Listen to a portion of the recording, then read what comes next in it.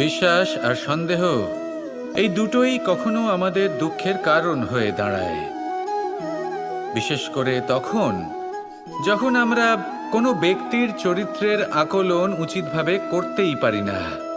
আর তাছাড়া এই কাজটা সহজ নয়।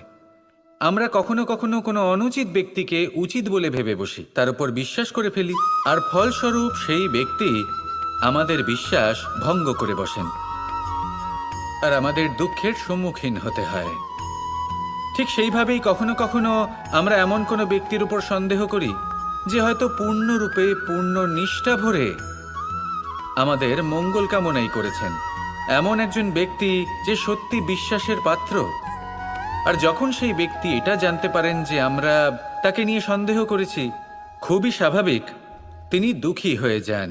এমন কোনো ব্যক্তিকে দুঃখ দিলে আমাদের মনও দুঃখী হয়ে যায়।